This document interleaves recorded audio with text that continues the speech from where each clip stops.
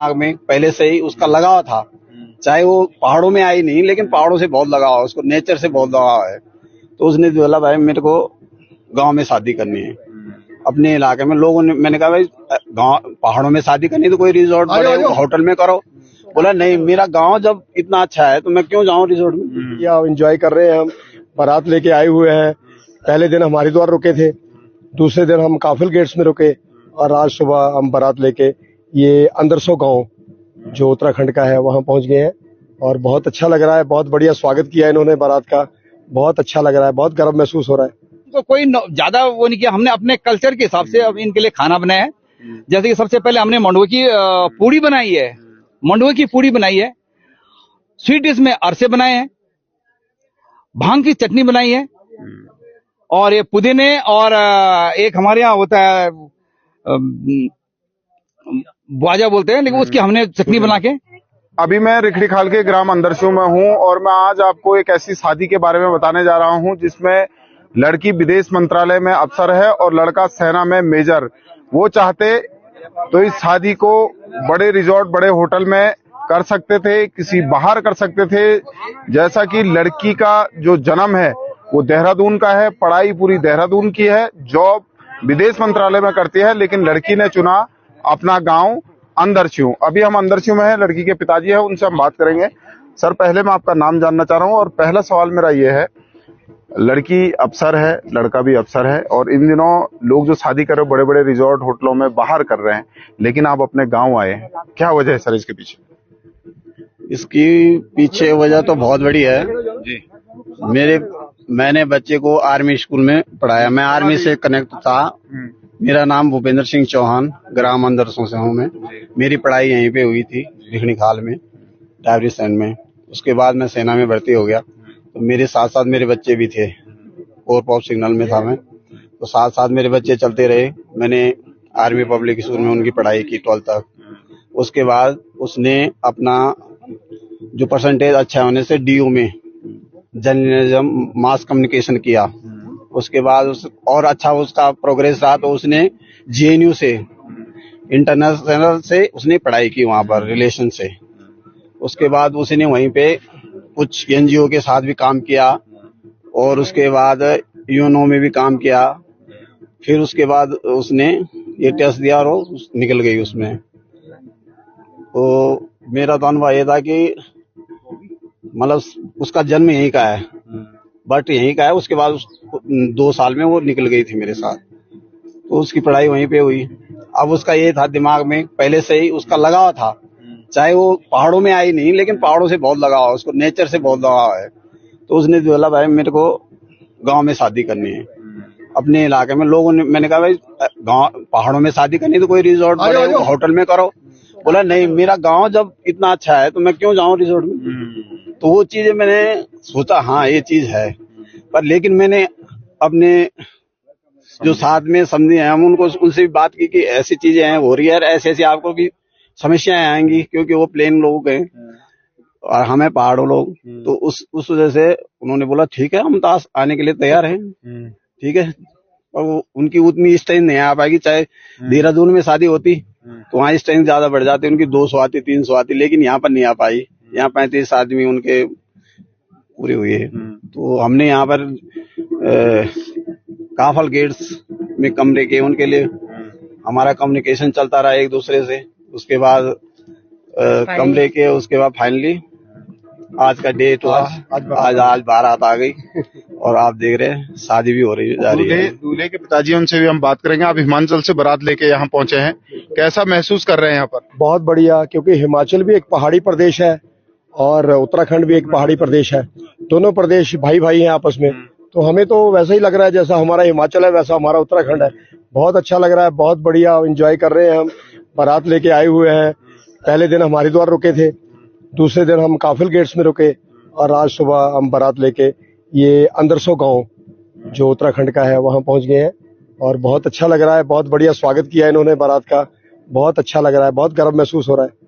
आपका नाम जानना चाहूंगा और आपसे मेरा ये सवाल है कि जिस तरीके से आप गांव आए शादी करने के लिए, लोग तो गांव से अब बाहर की ओर जा रहे हैं शादी करने के लिए, क्या है इसके पीछे वजह? बस लड़की की पोती पसंद थी, बस कि हमने यहाँ शादी करनी अच्छा, लड़की की।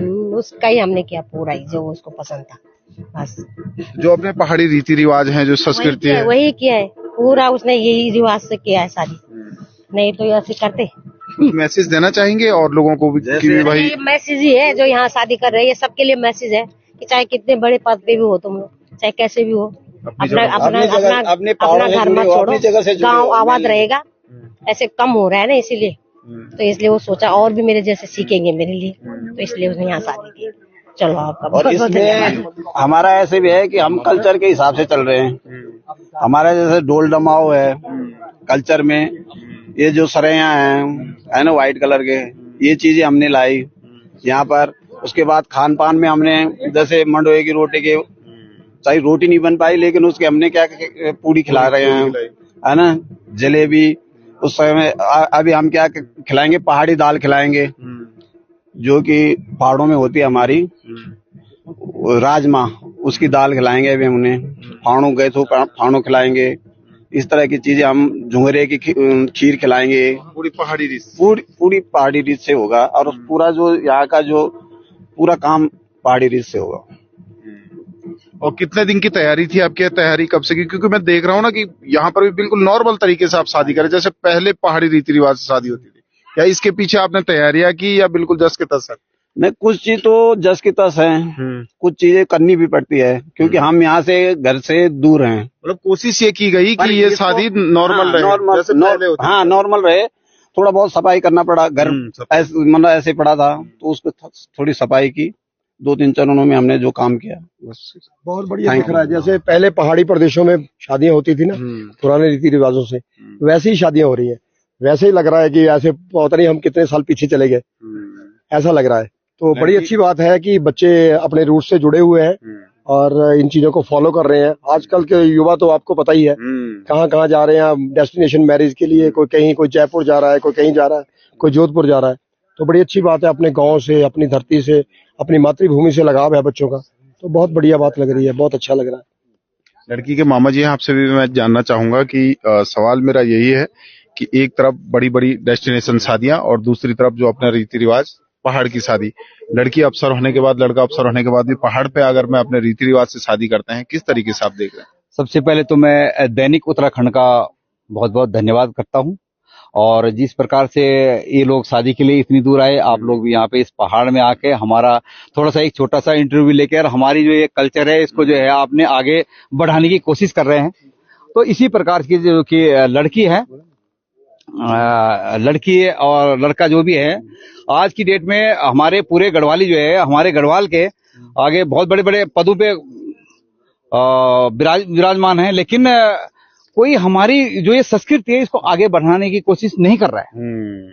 और जब ये नहीं कर रहा तो कोई ना कोई तो आगे आए, और आगे आने के बावजूद ये लोग इतने अच्छे पद पे होने के बावजूद ही फिर भी उन्हें गाँव को चुना है शादी के लिए। इतना सर्वसंपन्न परिवार होके फिर भी गांव में आए और गांव के कल्चर को आगे बढ़ाया। और गांव के कल्चर को तो ठीक है, लेकिन दूसरे प्रदेश से जब ये शादी कर रहे हैं, हिमाचल से बाराती आ रखे हैं और उनको भी अपने पहाड़ में लाए लोग, ये तो बहुत ही बड़ा मुश्किल काम था। लेकिन फिर भी इन दोनों परिवारों की सहमति से इन्होंने यहाँ के हमारे कल्चर को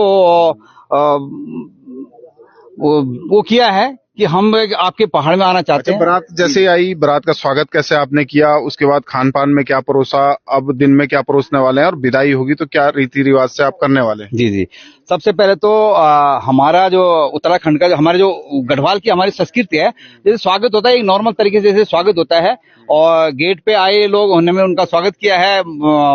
पुष्पहार से लेकर हमने इनका स्वागत किया है, डोली से दूल्हा, और डोली से हमने डोली में जो है दूल्हे को बिठाया है, और ढोल दमाव लेके, और हमारे जो ये सराय बोलते हैं हमारे यहाँ, जैसे कि मेरे ख्याल से इससे कोई वाकफियत नहीं है, लेकिन हमने कुमाऊं में बोलते हैं छलिया डांस। तो छलिया डांस भी आज की डेट में वो लुप्त हो चुका है।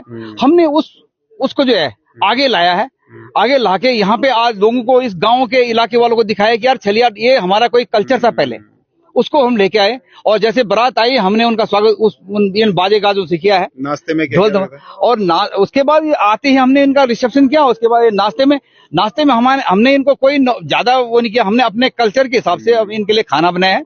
जैसे कि सबसे पहले हमने मंडुए की पूड़ी बनाई है। मंडुए की पूड़ी बनाई है। स्वीट डिश में अरसे बनाए हैं। भांग की चटनी बनाई है और ये पुदीने और एक हमारे यहाँ होता है बाजा बोलते हैं, लेकिन उसकी हमने चटनी बना के तो उसकी चटनी बनाई है। यानी कि कुल मिलाकर जो अपनी संस्कृति है उसको जस की तस रखने की कोशिश की गई है कि जो संस्कृति है वो बची बिल्कुल रहे। हमने संस्कृति में कहीं भी छेड़छाड़ नहीं करी है। और जैसे हमारे यहाँ जो रीति रिवाज होते हैं उसी रीति रिवाज से हमने पूरी शादी का हमने शुरुआत की है और समापन भी उसी हिसाब से कर रहे हैं। ठीक। तो यही हमारा अपने क्षेत्रवासियों से यही विनती है कि जो भी होता है, जो भी बच्चा अगर शादी करना चाहता है एक बार गांव में पक्का एक शादी करिए। हम हमारे इस कल्चर को आगे बढ़ाएं और इसमें जो है कि हमारे पहाड़ की रीति रिवाज को बढ़ाने में भागीदार हैं।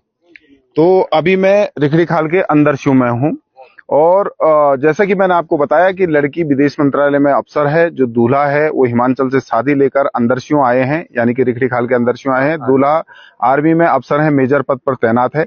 पूरी तरीके से कोशिश ये की गई है कि जहां लड़की बचपन से देहरादून में पली बड़ी, पढ़ाई की, उसके बाद और बड़े बड़े शहरों में उन्होंने पढ़ाई की, लेकिन वो शादी करने के लिए गांव आई। इसके पीछे का उद्देश्य यह है कि संस्कृति को बचाए रखना और दूसरी तरफ मैसेज है कि कैसे नॉर्मल तरीके से भी शादी की जा सकती है। वो चाहते तो बड़ी शादी कर सकते थे, डेस्टिनेशन वेडिंग कर सकते थे, लेकिन मैं आपको नीचे दिखाऊंगा एक सिंपल सा टेंट लगा है। जो पहाड़ों में पहले वेदी लगाई जाती थी उसी तरीके की वेदी लगी है। बारात के स्वागत डोली के द्वारा किया गया। बारात में जब बाराती आते हैं उनके लिए नाश्ते में जो पहाड़ के उत्पाद हैं उन्हीं का भोजन परोसा गया, जिसमें कि आप मंडुए की पूरी, स्वीट डिश में आरसे, पहाड़ी दालों को यहाँ पर परोसा गया है। कहीं ना कहीं जो पहाड़ की संस्कृति है उसको बचाने की कोशिश की गई है और जो हिमाचल से लोग आए हैं वो भी यहाँ आकर काफी खुश है। उनका भी कहना है कि जो हमारी संस्कृति है वो बची रहनी चाहिए। दुल्हन के पिताजी और माताजी का भी यही कहना है कि कहीं ना कहीं ये पूरे देश और उत्तराखंड के लिए मैसेज है कि अपनी संस्कृति बचाने के लिए इस तरीके के काम हमें करने पड़ेंगे ताकि आने वाले दिनों में संस्कृति बच सके। रिखड़ी खाल से दैनिक उत्तराखंड के लिए मनोज चौहान।